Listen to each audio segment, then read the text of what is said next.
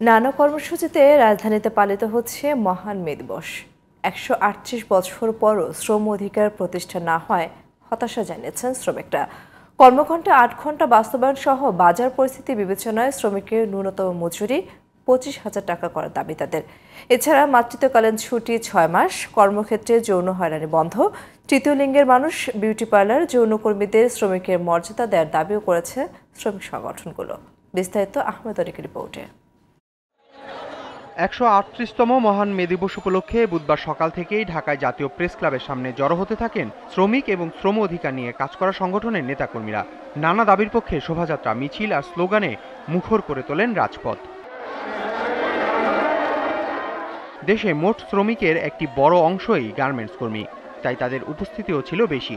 বর্তমান সরকার বেতন বাড়ালেও বর্তমান প্রেক্ষাপটে তা যথেষ্ট নয় বলে জানান গার্মেন্টস কর্মীরা।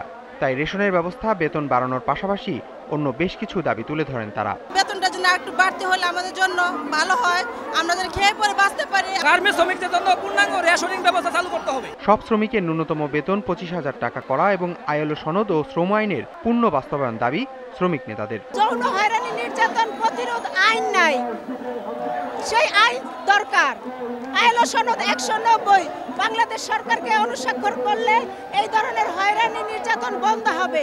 আমরা ৮ ঘন্টা শ্রম ঘন্টা চাই, তার বিনিময়ে বাঁচার মতো মজুরি চাই।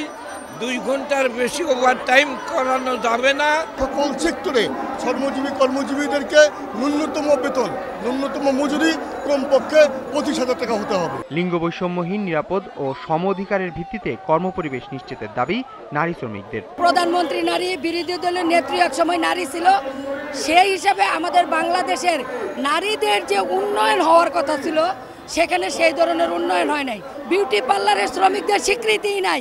সেক্স ওয়ার্কার যারা, তাদেরকে আইনে কোনো স্বীকৃতিই দেয় না।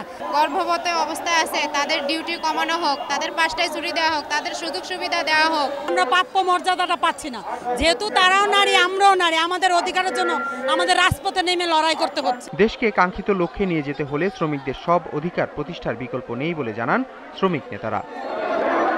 আহমেদ অনিক, জিটিভি নিউজ, ঢাকা।